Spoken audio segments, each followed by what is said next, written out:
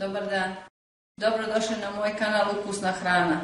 Danas spremam jedno jelo sa pilećim mesom, venac od karabataka. Za ovo jelo je potrebno 8 listova praške šunke, 4 lista dimljene slanine, 8 listova dimljenog vrata, 200 g kačkavalja, 2 čena belog luka, 4 jajeta, 4 pileća karabataka, 4 šnicle od belog mesa, začin, biber i sol. U podmazan pleh za kuglo poređat ću šunku.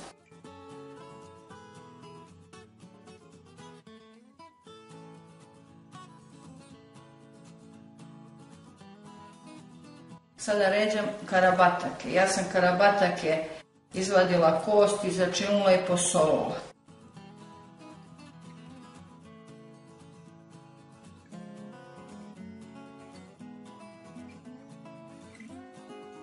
Preko karabataka stavljam 4 lista dimljenog vrata.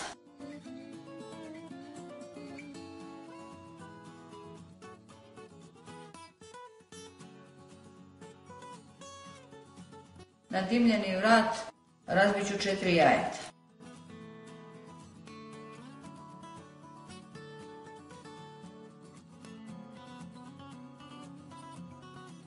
Sada ću da pospim belim lukom.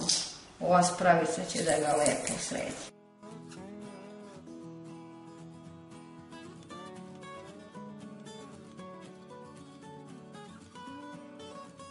Sada ću da stavim dimljeni vrat.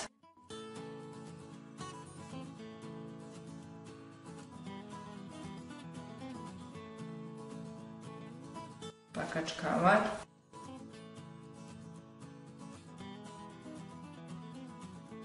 Sada ću ostaviti belo meso.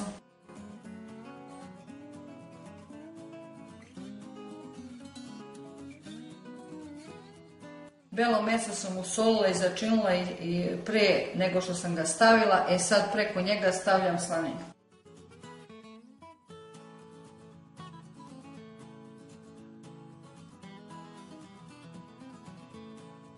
Sada ću da prekrijem kačkavalje.